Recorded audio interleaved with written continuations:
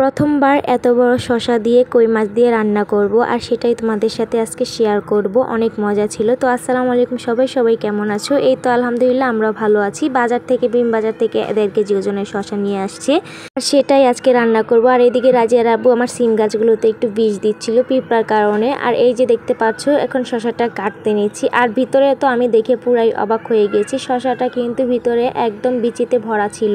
আমি যখন একটু খেলাম শসাটা কেমন জানি একটু তিতকুটি ছিল, হয়তো চুলানোর কারণে, কিন্তু না, যখন আমি ভালোভাবে মানে চোচা এড়িয়ে খেলাম কিন্তু শসাটা একটুও ভালো লাগলো না। আর অবশ্যই রান্না করতে গেলে শসাটার মাঝখান থেকে বিচিগুলো সব ফেলে দিতে হবে।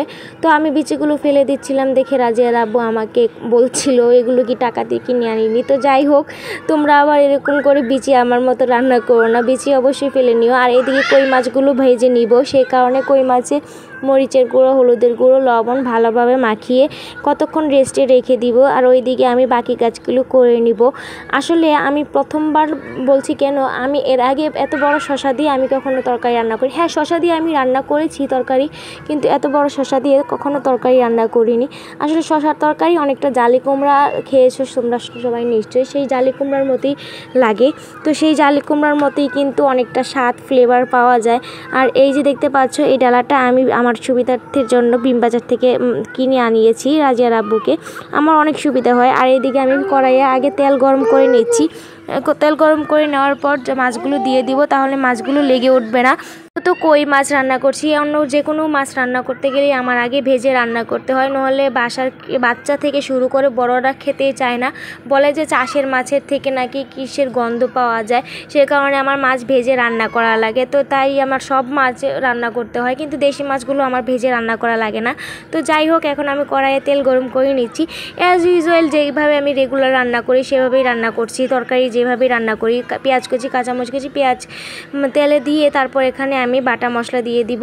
এখানে আমি লবণ দিয়েছি, আর হলো রসুন দিয়েছি, আদা বাটা দিয়েছি, আর হলো হলুদের গুঁড়ো দিয়েছি, মরিচের গুঁড়ো দিয়েছি, ধনে গুঁড়ো দিয়েছি, আর একটু জিরার গুঁড়ো দিয়েছি। জিরার গুঁড়োটা দিলে তরকারিটা অসম্ভব মজা লাগে, যেহেতু কই মাছ চাষের মাছ।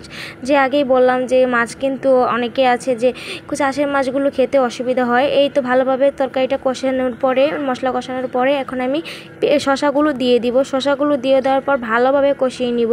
আর আমি সবসময় তরকারিগুলো এভাবেই কাটিং করি, আমার এভাবেই কাটিং করতে ভালো লাগে।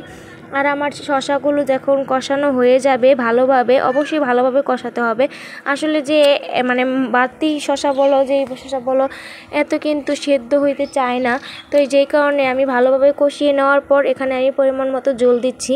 ওই যে বললাম যে জালি কুমড়া যেভাবে রান্না করো শসা ঠিক এইভাবেই রান্না করতে হয়। তো ভাজা মাছগুলো এখন আমি দিয়ে দিব। এইভাবে কিন্তু তরকারিটার ঝোল, গরমের দিনে কিন্তু সবজির তরকারি অনেকটা মজা লেগেছে। তো আমার কাছে তো ভালো লেগেছে অবশ্যই, জালি কুমড়ার মতোই। আমি অবশ্য জালি কুমড়া খাই না, তাও আমার কাছে ভালো লেগেছে। তো এই তো শসাটা দেখতে পাচ্ছ মোমের মতো গলে গিয়েছে। তো আমার ভিডিও ভালো লাগলে থাকে তাহলে একটা ফলো করে দিবা। আল্লাহ হাফেজ।